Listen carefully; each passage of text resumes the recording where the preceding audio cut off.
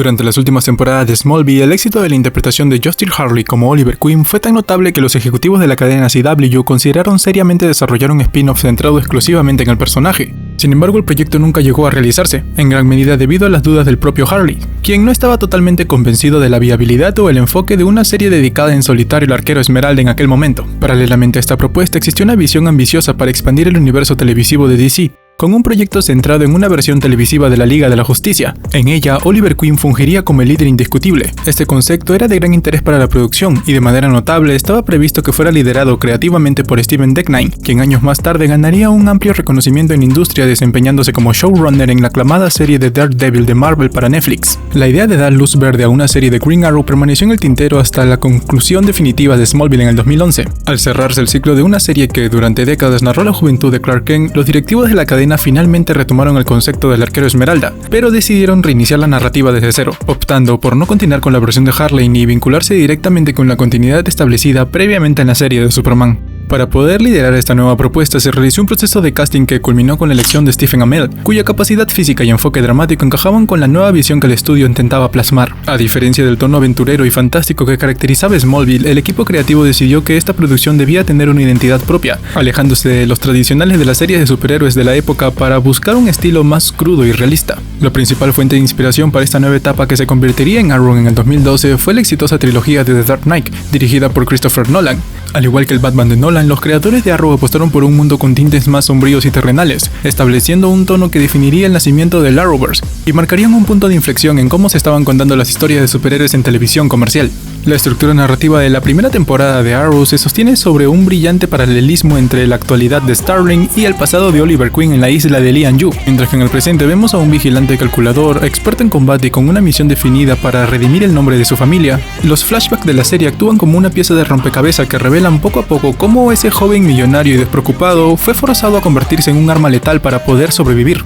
Esta dualidad permitía que nosotros como espectadores comprendiéramos la psicología del personaje, mostrándonos que cada habilidad o cada trauma que Oliver exhibía en su cruzada nocturna tenía origen directamente desde el infierno que vivió durante esos 5 años de ausencia. Este recurso narrativo no solo servía para explicar el origen del héroe, sino que también funcionaba como un espejo moral.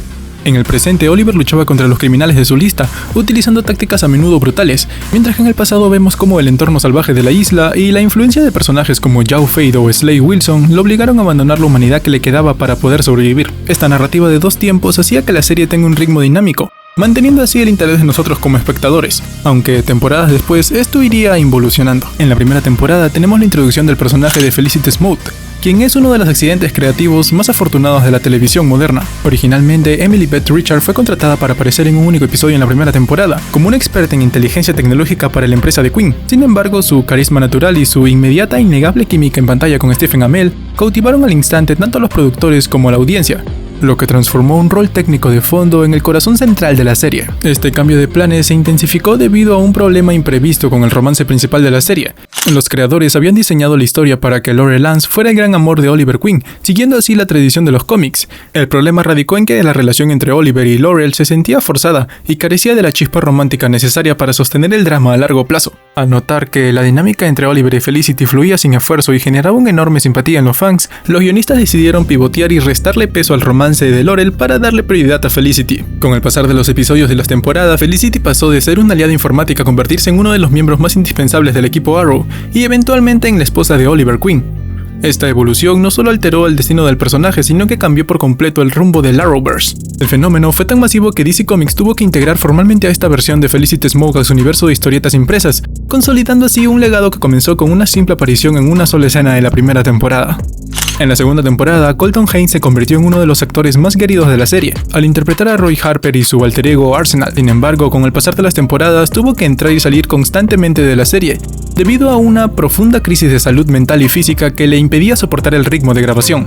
El actor sufría de ansiedad crónica severa y depresión, condiciones que se agravaban drásticamente por la presión de la fama y el enorme desgaste emocional de tener que ocultar públicamente sus preferencias sexuales para encajar con el prototipo de galán de Hollywood. El estrés fue tan devastador que Haynes llegó a sufrir desmayos en el set y una úlcera gástrica con apenas 27 años, lo que lo obligó a priorizar su paz mental y alejarse de los reflectores por un tiempo. Para intentar mitigar este sufrimiento, el actor cayó en una fuerte adicción a alcohol y a las pastillas, una situación que lo llevó a ingresar a la clínica de rehabilitación en múltiples ocasiones. Además, en su libro de memorias publicadas en el 2022, Haynes confesó que a su cuadro clínico se sumó una relación sumamente tensa con un miembro del elenco de la serie, lo que hacía que el ambiente de trabajo fuera intolerable para él. Reconociendo su delicada situación, los productores de Arrow decidieron apoyarlo manteniéndole las puertas abiertas de la serie, permitiéndole regresar únicamente en arcos argumentales cortos o como invitado especial cuando se sintiera física y mentalmente recuperado. Por ello, pudimos ver al personaje eventualmente en algunos capítulos de temporadas posteriores. La introducción de Grant Gustin como Barry Allen también fue otro punto muy importante de la serie, ya que aquí nacería el término del Arrowverse. La introducción del personaje se dio en el episodio 8 y 9 de la segunda temporada de Arrow, y fue un movimiento estratégico planeado minuciosamente por los productores ejecutivos. Originalmente, los creadores querían presentar a un científico de Starling City que llegaba a la ciudad para investigar un robo misterioso relacionado con un suero de superfuerza. Gustin, quien en ese entonces tenía 23 años y venía de participar en la serie musical Glee, sorprendió a los productores en las audiciones, gracias a su capacidad para interpretar a un Barry Allen sumamente carismático, optimista, nerd y algo torpe en algunos momentos, lo cual generaba un contraste brillante con la personalidad sombría y hermética de Oliver Queen. La trama de este dúo no solo sirvió para plantar la semilla de los superpoderes en un universo que, hasta ese momento, era estrictamente realista, sino que conectó directamente con el nacimiento del héroe. En la historia, Barry ayuda al equipo Flecha y forja un tierno vínculo con Felicity Smoke, pero el clímax llega al final del 9º episodio, cuando regresa a Central City. En estos últimos minutos del capítulo es donde se recrea la icónica escena de los cómics. La explosión del acelerador de partículas de laboratorios Stark desata una tormenta que culmina con un rayo atravesando el laboratorio de Barry, dejándolo así en coma. Inicialmente se había planeado que el episodio número 20 de esa misma temporada sirviera como una especie de piloto tradicional para su propia serie, pero el impacto y la química que Grant Gustin demostró en estos dos capítulos fueron tan abrumadores que los ejecutivos de la cadena decidieron ordenar directamente un episodio piloto independiente de la serie de Flash. El tremendo éxito que tuvo el debut de Flash en el 2014 demostró que el público estaba ansioso por ver un universo compartido en la pantalla chica, ya que este crecimiento con The Flash permitió que tras su cancelación por la CBS, Supergirl fuera rescatada y trasladada al universo de CW, donde se integró al multiverso compartido del Arrowverse, consolidando así estos tres programas como los pilares fundamentales de la franquicia. El 28 de marzo del 2016 se estrenó en Estados Unidos el episodio número 18 de la primera temporada de Supergirl. Aquel episodio fue icónico porque nos daban el primer crossover entre Flash y Supergirl. A diferencia de los crossovers posteriores, este fue único porque las series no pertenecían a la misma cadena. The Flash era de CW, mientras que Supergirl se emitía por la CBS. Los productores, liderados por Greg Berlanti, tuvieron que convencer a los ejecutivos de ambas empresas para que les permitan unir a sus personajes, algo muy raro dentro de la televisión competitiva en Estados Unidos. Con el terreno ya preparado, el estudio buscó capitalizar la popularidad de sus personajes secundarios, creando la serie This is Legend of Tomorrow, para reunir héroes y villanos ya establecidos en este universo en un equipo que exploraría el tiempo y el espacio. Este modelo de spin-off continuó expandiendo el mapa narrativo, permitiendo que personajes que habían tenido arcos significativos en series principales encontraran un nuevo propósito y espacio para desarrollarse fuera de sus series originales. Finalmente, el universo alcanzó su punto máximo de cohesión con la llegada de Batwoman, personaje que fue introducido estratégicamente en el crossover Elseworlds antes de tener su propia serie. Esto permitiría que la audiencia ya estuviera familiarizada con Batwoman antes de ver su serie. Sin embargo, de Batwoman ya hablaremos más adelante, ya que tengo un video preparado especialmente para ella. O tal vez no tanto. Este universo televisivo intentó constantemente ampliar sus horizontes con pilotos que buscaban aprovechar la inercia de sus series insignia. Green Arrow and the Canaries fue uno de los proyectos más ambiciosos, concebido como un spin-off directo que presentaba el futuro donde Mia Queen tomaba el manto de su padre, junto a Laurel y Dinah. Lamentablemente, a pesar de contar con un episodio piloto integrado en la temporada final de Arrow, el proyecto fue cancelado, dejando inconclusa la historia de la nueva generación de héroes de Starling City. Aunque, siendo sinceros, nunca me terminó de gustar del todo la historia del futuro de Mia. Aunque teniendo a Sirena Negra, tal vez le hubiese dado una oportunidad a la serie. De manera similar, la ambición del estudio buscó integrar a miembros de alto calibre de las viñetas de DC Comics, como Jon Stewart como Green Lantern. Durante años, tanto nosotros como fans y los productores mantuvimos la esperanza de ver una serie dedicada al icónico personaje, pero debido a las restricciones de derechos y conflictos de producción con otros proyectos cinematográficos de DC, este plan nunca logró consolidarse, y de esta manera, esta escena que nos mostraron de Jon encontrando el anillo de Linterna Verde nunca tuvo una repercusión importante. Esta trama terminó cerrándose en distintos cameos en series activas del Arrowverso, ya que prácticamente ya no existía una serie de Arrow en la cual Jon pudiera cerrar esta trama y no le iban a dar su propia serie, por lo que tuvo que ir de cameo en cameo en series activas para poder cerrar esta trama diciendo prácticamente no gracias. Por otro lado, la expansión de este universo también se nutrió por otras producciones que lograron ver la luz, como Black Lightning, luego del crossover de Crisis en Tierras Infinitas y Superman and Lois, en las cuales aportaron una perspectiva más madura y un enfoque centrado en la identidad y la familia. Mientras tanto, formatos innovadores como las series animadas de Vixen y Freedom Fighter de Ray permitieron expandir el lore hacia personajes que, de otra forma, habrían quedado fuera de pantalla. Estas piezas, junto con las que nunca llegaron a materializarse, definieron la arquitectura de un universo que siempre intentó ser más grande de lo que las limitaciones televisivas lo permitían. Otra de las integraciones al Arrowverse fue la de Constantine, uno de los ejemplos más notables de cómo la lealtad de los fans y el apoyo de los actores puede cambiar el destino de un personaje, ya que tras la cancelación de su serie por la NBC en el 2015, el personaje parecía destinado al olvido, pero fue rescatado gracias a la voluntad de CW. Matt Ryan hizo su primera aparición como Constantine en uno de los episodios de la cuarta temporada de Arrow, donde se estableció que Jon ya conocía a Oliver de años atrás, permitiendo que el misticismo oscuro de Constantine llegara a la acción que manejaba la serie. Este fue uno de los puntos más criticados de esa temporada, ya que todo el tema de la magia y los poderes de Demian Dark fue uno de los puntos más criticados por los fans, quienes veían en Arrow una serie más seria y realista que otras producciones. El papel de Stephen Amell fue fundamental en el proceso de reclutamiento de Constantine. Como el principal rostro de este universo y un apasionado defensor de la marca, Amell utilizó su influencia para abogar activamente por el personaje. Él mismo se ofreció públicamente a realizar un cameo o participación en cualquier capacidad necesaria dentro de la serie de Constantine, cuando ésta estaba en riesgo de ser cancelada. Y aunque ese rescate temprano nunca ocurrió, al final se pudo contar con la presencia de Ryan en el Arrowverso. Finalmente, este esfuerzo dio sus frutos cuando el personaje se convirtió en uno de los miembros esenciales de This is Legend of Tomorrow. Tras su paso como invitado, la química con el resto del elenco y la respuesta positiva del público permitieron que Jon Constantine fuera ascendido a personaje regular en la serie, consolidándose como una pieza clave para las tramas sobrenaturales de la misma.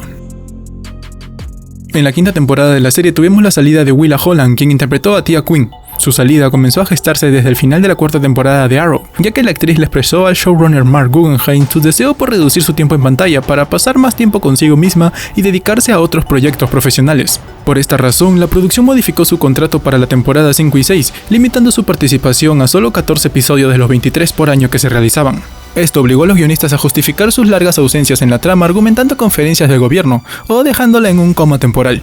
En la ficción, su salida se manejó tras un ataque de lo que solía ser una fracción de la Liga de los Asesinos. Tia decide abandonar Stark City junto a Roy y Nis Al Ghul, y el grupo decide marchar con la misión global de localizar y destruir los pozos de Lázaro restantes que su difunto padre Malcolm Merlyn dejó activos por todo el mundo. A pesar de los rumores iniciales sobre posibles tensiones en el set, tanto los productores como Stephen Amell aclararon que la separación se dio en excelentes términos.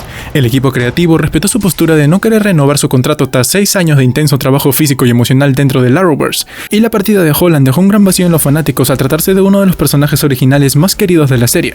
Aunque tiempo después la actriz regresaría brevemente como estrella invitada en la temporada final para dar el cierre definitivo a su personaje y a su historia. En la sexta temporada también tuvimos la salida de Slade Wilson, esto debido a conflictos de derechos con el universo cinematográfico de DC, ya que Warner restringió el uso del personaje en la televisión para evitar confusiones con la versión cinematográfica que debutaría en la gran pantalla. Esto obligó a los guionistas de la serie a cerrar abruptamente el arco argumental del personaje, a pesar del enorme aprecio que los fanáticos le teníamos al legendario Deathstroke. Esta drástica decisión contrastó fuertemente con el enorme impacto que el villano había dejado en el inicio de la serie, especialmente durante la segunda temporada. En dicha entrega, el desempeño de Slade Wilson fue magistral, convirtiéndose en el motor principal de una trama llena de tensión, venganza y acción. Gracias a la imponente presencia del actor y a la impecable construcción de su rivalidad con Oliver Queen, esta etapa es considerada por gran parte de la crítica y los seguidores como la mejor temporada de toda la serie. Pero no sé qué opinan ustedes, déjenme aquí en los comentarios su top de temporadas de Arrow. Curiosamente, el caso de Deathstroke no fue el único hecho aislado dentro de la producción, ya que en la segunda temporada también sufrimos una censura similar con el personaje de Harley Quinn.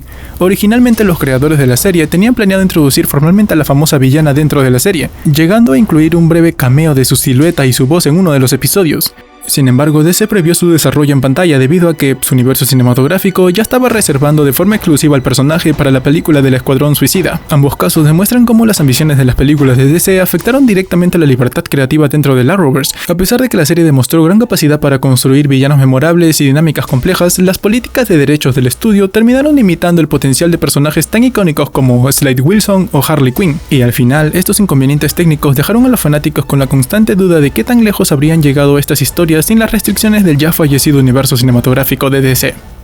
La salida de Emily Beth Richards al finalizar la séptima temporada se debió a la culminación de su contrato de 6 años y a su deseo personal por explorar nuevos horizontes artísticos como el teatro y el cine independiente. Su salida, apoyada por la producción y sus compañeros, permitió que los guionistas cerraran su trama justificando la protección de su hija Mia, manteniéndola oculta durante gran parte de la octava temporada.